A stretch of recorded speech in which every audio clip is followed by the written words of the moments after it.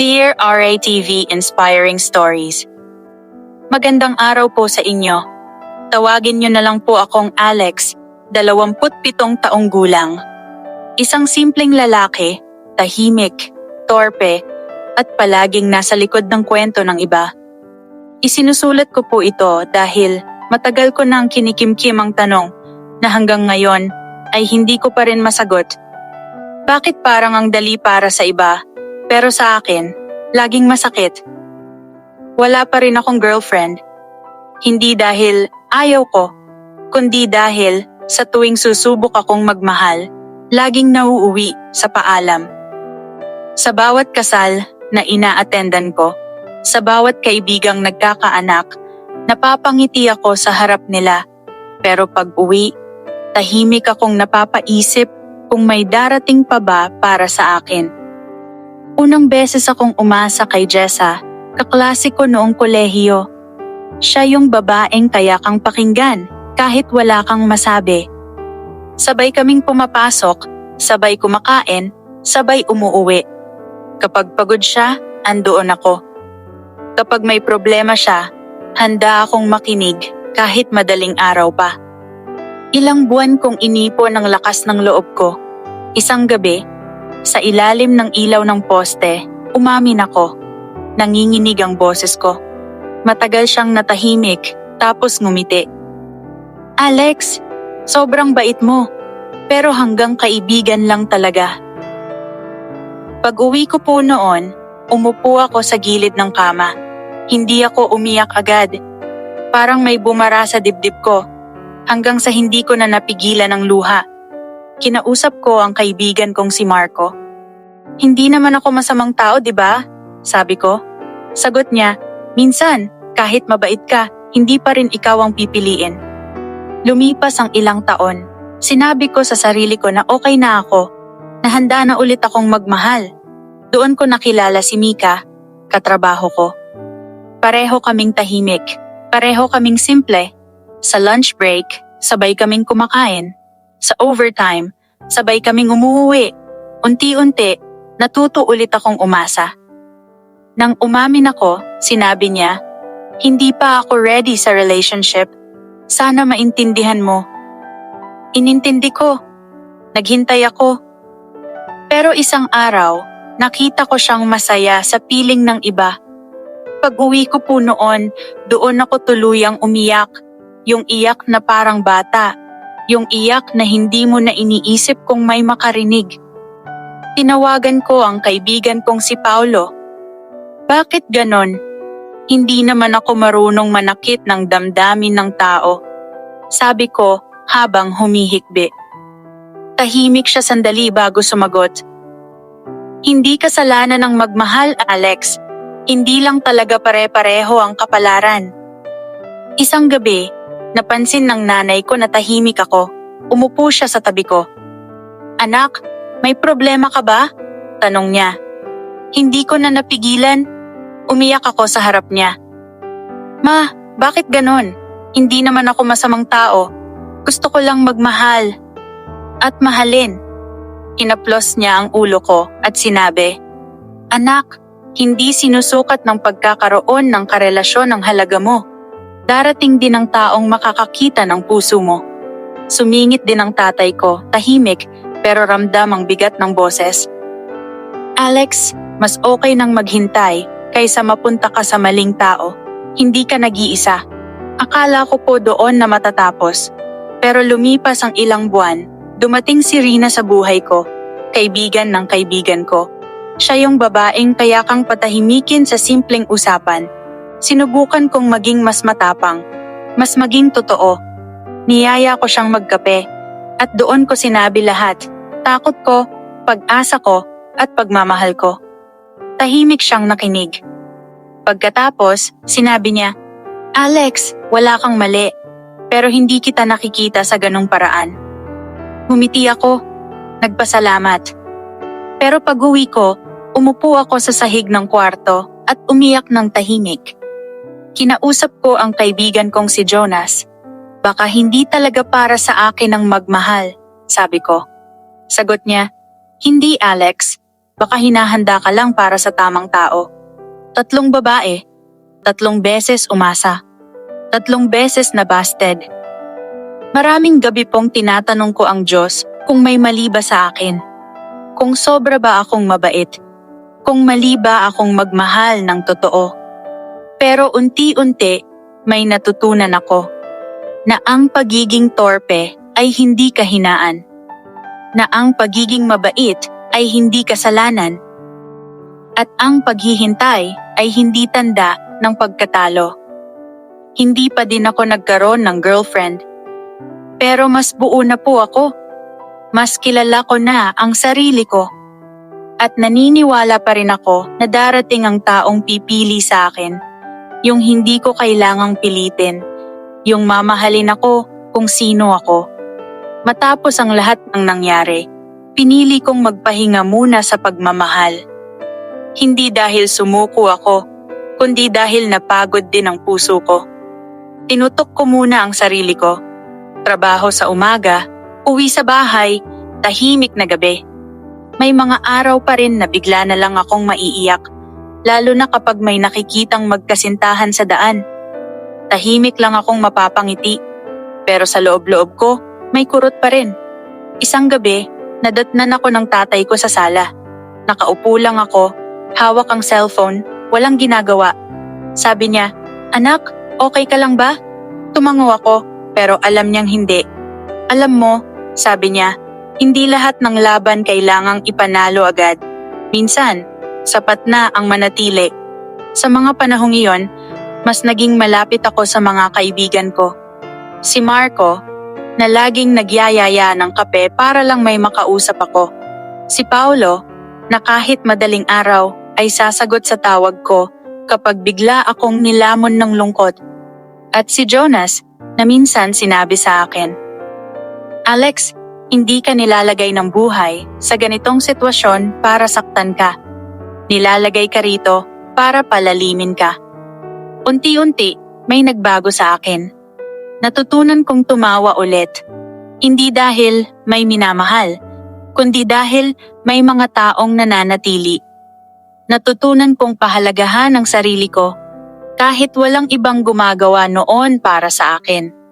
Isang araw, may bago kaming empleyado sa opisina. Tahimik din siya, simple lang. Hindi ko agad pinansin dahil natuto na akong mag-ingat. Pero minsan, nagkakasabay kami sa pantry. Walang landian, walang pilitan. Simpleng kumusta lang. At doon ko naramdaman, hindi ka ba, hindi takot, kundi kapayapaan. Hindi ko pa alam kung saan hahantong. Hindi ko rin minamadali. Dahil natutunan ko na hindi kailangang ipilit ang pagmamahal. Kapag tama, darating ito ng hindi kasugatan. Wala pa rin akong girlfriend. Pero iba na po ako. Hindi na ako galit sa mundo. Hindi na ako nagtatanong kung bakit ganito ako. Natutunan kong hindi hadlang ang pagiging torpe para maging karapat-dapat mahalin. Kung sakaling may makinig sa akin ngayon, yung katulad kong paulit-ulit nasasaktan, paulit-ulit tinatanggihan, gusto kong sabihin ito. Hindi ka nasisira dahil hindi ka pinili. Hindi ka mahina dahil umiyak ka. At hindi ka huli, hinihintay ka lang ng tamang oras. Pagkalipas ng ilang buwan, unti-unti kong naramdaman na may pagbabago sa sariling ko. Hindi dahil may babae agad na dumating, kundi dahil natutunan ko nang tanggapin ang sarili ko. Kasama ang lahat ng pagkukulang, kahinaan, at pagkatalo. Siya nga pala si Ella, ang tahimik na katrabaho ko na nakasabay sa pantry dati, nagsimulang maging mas palakaibigan. Minsan, ay nagulat ako nang siya ang nag-text sa akin. Nagtanong kung pwede kaming magkape. Hindi ko alam kung bakit, pero hindi ako natakot. Hindi ako nag-overthink. Simple lang. Totoo lang, habang nagkakape kami ni Ella, panay kwento siya ng mga pangarap niya, mga takot niya, at kung paano siya natutong maging mas matatag. Napansin ko, para siyang salamin sa akin. Tahimik, simpleng tao, ngunit may tapang sa loob. Sa pagkakataong iyon, hindi ko na iniisip kung liligaya ba ako o masasaktan. Naramdaman ko lang na ligtas ako sa tabi niya. At sa unang pagkakataon sa mahabang panahon, hindi ko kinailangan magpanggap o maging iba para mapansin. Matapos ang ilang linggo ng simpleng pagkakaibigan, nagkaroon kami ng pagkakataong maglakad sa parke. Tahimik lang kami. Walang mga biglang pag-amin, walang pressure. Ngunit sa bawat tawa at simpleng kwento, unti-unti kong naramdaman. Baka ito na ang simula ng bagay na matagal ko nang hinihintay. Hindi ko po masasabi kung ano ang kahihinatnan nito. Hindi ko rin po kailangan ipilit. Ang alam ko lang, pagkatapos ng 3 beses na nabasted, 3 beses na umasa at nasaktan, natutunan ko ang pinakamahalagang bagay. Ang tamang tao ay darating sa tamang oras at darating ito habang buo ang puso mo, hindi sirain ang sarili mo sa panghihintay. Ngayon, hindi na ako nananabik sa mabilis na resulta. Natutunan ko ng pahalagahan ang bawat sandali. Ang bawat tawa, bawat kwento, at bawat pagkakataon na may kasama kang totoong tao tulad ni Ella. At sa tuwing nag-iisa ako sa gabi, hindi na ako umiiyak sa lungkot, kundi sa pasasalamat, sa mga natutunan ko, sa mga sugat ko, at sa panibagong pag-asa na unti-unti kong nararamdaman. Minsan, ang pinakamahalagang pagmamahal ay hindi nanggagaling sa iba. Ito ay nagmumula sa sarili mo. At kapag handa ka na, darating ang taong mamahalin ka ng buong buo. Hindi dahil kailangan ka, kundi dahil mahal ka niya kung sino ka. Matapos ang ilang buwan ng pagkakaibigan namin ni Ella na katrabaho ko, naramdaman ko na may bago sa puso ko. Hindi kaba, hindi takot, kundi isang banayad na kagalakan tuwing nakikita ko siya. At sa unang pagkakataon sa mahabang panahon, hindi ko naramdaman ang lungkot ng nakaraan. Isang hapon, naglakad kami sa parke matapos ang trabaho. Tahimik lang, sabay kaming naglalakad sa ilalim ng mga puno habang nagkukwentuhan tungkol sa mga simpleng bagay. Kung paano namin ginugugol ang araw, mga pangarap, at mga simpleng bagay na nagpapasaya sa amin. Doon ko napagtanto, hindi na ako umiikot sa alaala ng 3 beses na nabasted. Hindi na ako umaasa sa mga taong hindi para sa akin. Ngayon, naroon siya, ang taong ramdam mo na komportable ka sa tabi niya. Sa isang pagkakataon, huminto siya sa tabi ko, tumingin sa akin at ngumiti. "Alex, natutuwa ako na nandito ka," sabi niya. Hindi ko alam kung bakit, pero bigla akong nakaramdam ng tapang. "Alam mo, Ella," sagot ko, "matagal na akong naghihintay. Pero ngayon, parang handa na akong subukan ang lahat." Ngumiti siya at nagkapit ang aming kamay. Hindi ito bigla o pilit.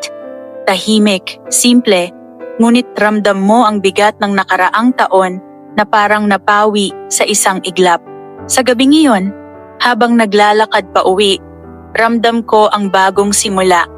Ang nakaraan ay hindi na pasanin, kundi paalaala lamang kung paano ako naging matatag. Ang 3 babae, 3 beses na nabasted, at lahat ng iyak, lahat iyon ay naghanda sa akin para sa tamang tao. Ngayon, hindi ko na iniisip kung gaano katagal pa bago darating ang pagmamahal. Nandito na siya, hindi perpekto, ngunit totoong tao. Hindi kailangang pilitin ang damdamin.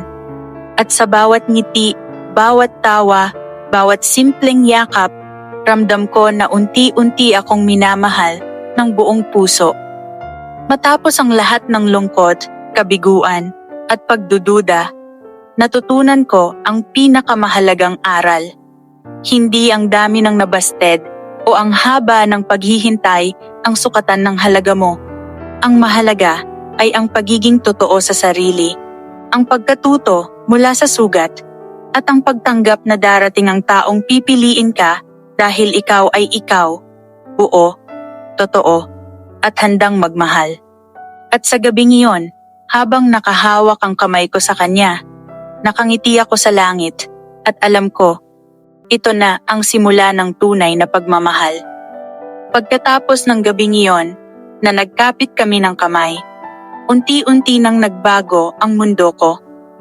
Hindi na ito tungkol sa nakaraan, sa 3 beses na nabasted, o sa lungkot na palaging kasama ko. Ngayon, may kasama akong taong handang makinig, tumawa, at makisabay sa bawat simpleng sandali. Sa mga sumunod na linggo, nagsimula kaming lumabas ng magkasama, simple lang, kape sa umaga, lakad sa parke, paminsang panonood ng sine. Hindi ito mabilis, hindi rin madramatiko. Ngunit bawat sandali ay punong-puno ng tawanan at pagkakaintindihan. Sa bawat kwento niya, natututo ako, at sa bawat kwento ko, natututo rin siya. May mga pagkakataon pa rin na natatamaan ako ng alaala ng nakaraan.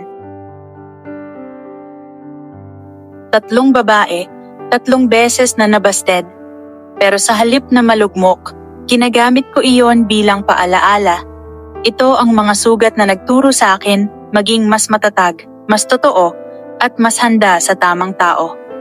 Isang gabi, habang magkasama ulit kami sa parke, sinabi ni Ella, "Alex, gusto ko ring subukan na magmahal ng buo.